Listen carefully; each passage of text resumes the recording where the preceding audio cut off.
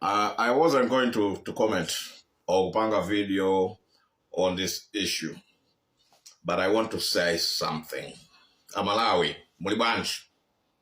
We not gonna do that. We ambe muzipasa kaye moni. Mulibanja Amalawi zangu. Nde pagali pano.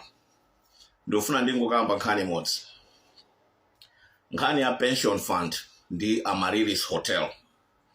Ambiri mwa inu simukipanga follow because anthu akubawa amapanga mask nkhani zawozi muzizungu zimene amafuna kuti inuyo musadziwe musamakhale okwiya yaye.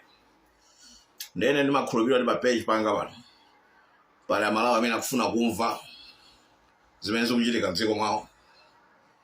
And nkhani yoti Amaryllis hotel imagulitsidwa ndipo munthu amene amagulayo, company imene imagulayo, institution imene imagulayo ndi yaboma.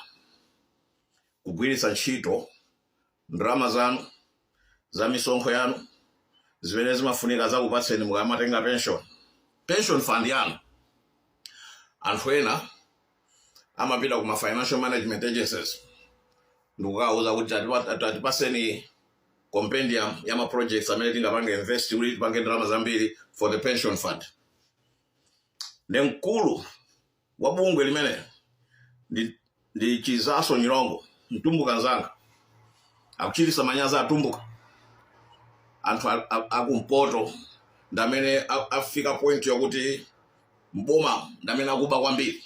Pamene kale anthu akumpoto fe timamveka ndi mbiri yabwino yotukula dziko, nzeru, skulu. Pano aliyense akangopita kuchanko akumakabwera mbava. Ndi Chizaso Nyilongo amene. So Chizaso Nyilongo isi scam yake yoyamba yayi. Scam ina anapanga kumbuyo ndi Frank Mbeta yemwe. Now anthu awawa sakumangidwa. Now Amalawi chimene muzizindikira ndi chakuti ngati anthu ine am a businessman, ine munthu wa business, ene mapanga business yanga outside of Malawi. Chifukwa chachani? Chifukwa chakuti sinditha kukhala pamalo pamene anthu akufuna kuti walipire ma bribes. Integrity.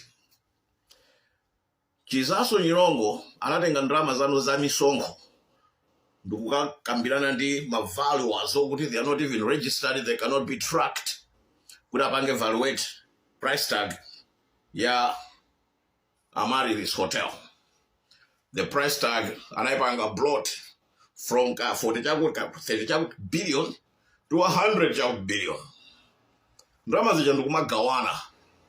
Ndi azigula manyumba ma 43, kumanga manyumba 3 months, kugula magali moto odula, kumaoneka ngati anthu zikwayendera akuba ndalama zanu za misonkho.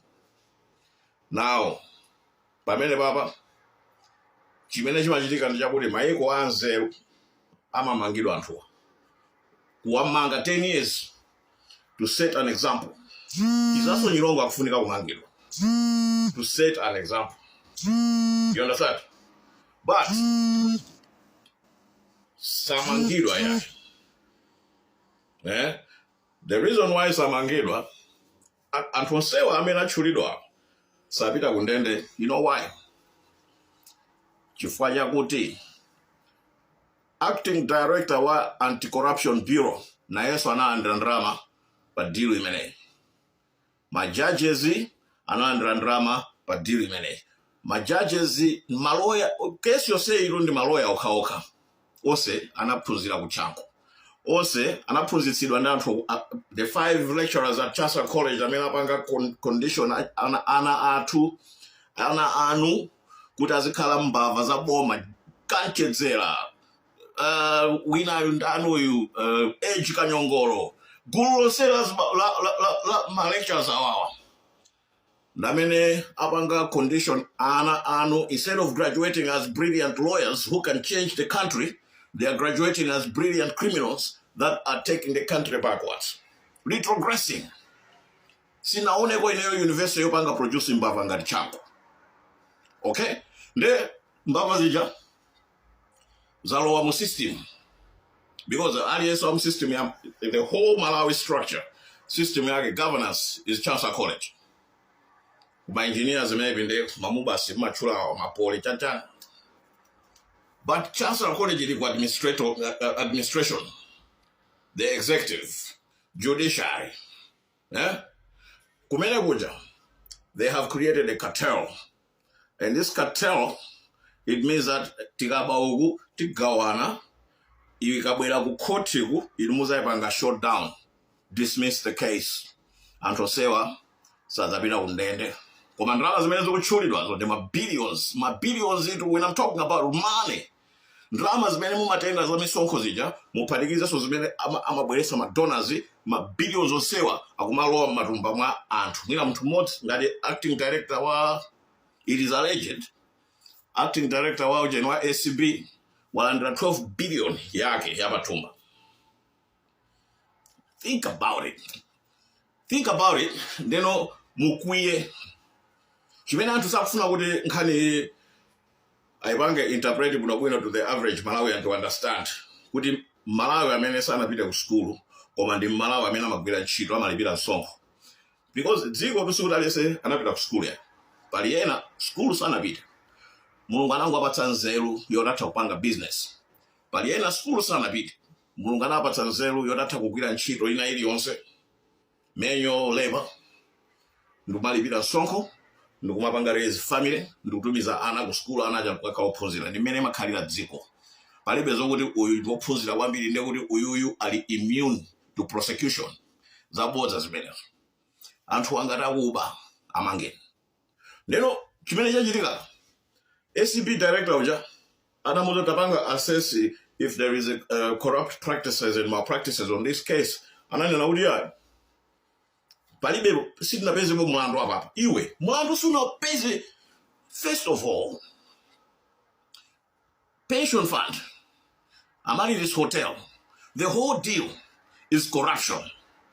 My value as that deal, unregistered, corruption, bloating the price tag, corruption, paying off people, corruption. The foundation of the whole deal is predicated on corruption. What are you talking about? What are you really saying? You cannot find any malpractice. Aye. Because another 12 billion kwacha. Muguzo 12 billion kwacha ndizi ngati. It's above $2 million US. Black market in there, you'll see. Now, if you can take that money, ndukukagula zipangizo mzipatala, zoyezera maliva, ma pancreatic cancer, amene anthu amadwala, ndikumapita ku India ena kumavutika ndikumangofa pa Malawi because alibe connection. Kuzitenga ndalama zimene kupanga invest in our Medicare. Kuti anthu asamavutika asamapangidwe charge zindalama zambiri ndi mazimu. Kutenga ndalama zi kamangeni sewu. Kuti anthu kumamidzi azita kuyenda bwinobwino ndi katundu wawo kagulitsa ndikubwereraso bwinobwino. Tatenga ni ndalama zimenezo. Tatumizeni ana ku school. Ma colleges anambira kumakanika kupita ku college because tuition. Tapanga ni create ma trust funds aboma. Okuti tizita kuthandiza azimayi akabereka ana alibe ndalama ntchito alibe, they are just living. Fix the social situation yathu. We can create a very vibrant social welfare in Malawi, but we cannot because ndalama zimene zikufunika zilowe towards social enterprising and welfare of our people. Akuba anthu akuchasa college. I don't know what the school manager to my regular, but it has to. You should take note of this. We will no longer need Malawi Law Society consisting or composed of lawyers from Chancellor College. That has to change. Judicial to kind of affirmative action. But carry half my lawyers who are graduate outside of Malawi in our Chanko. That's how we should work. Because Antagu Chankoa, they are destroying our country. Tamvana, salute. Ndikagwire ntchito.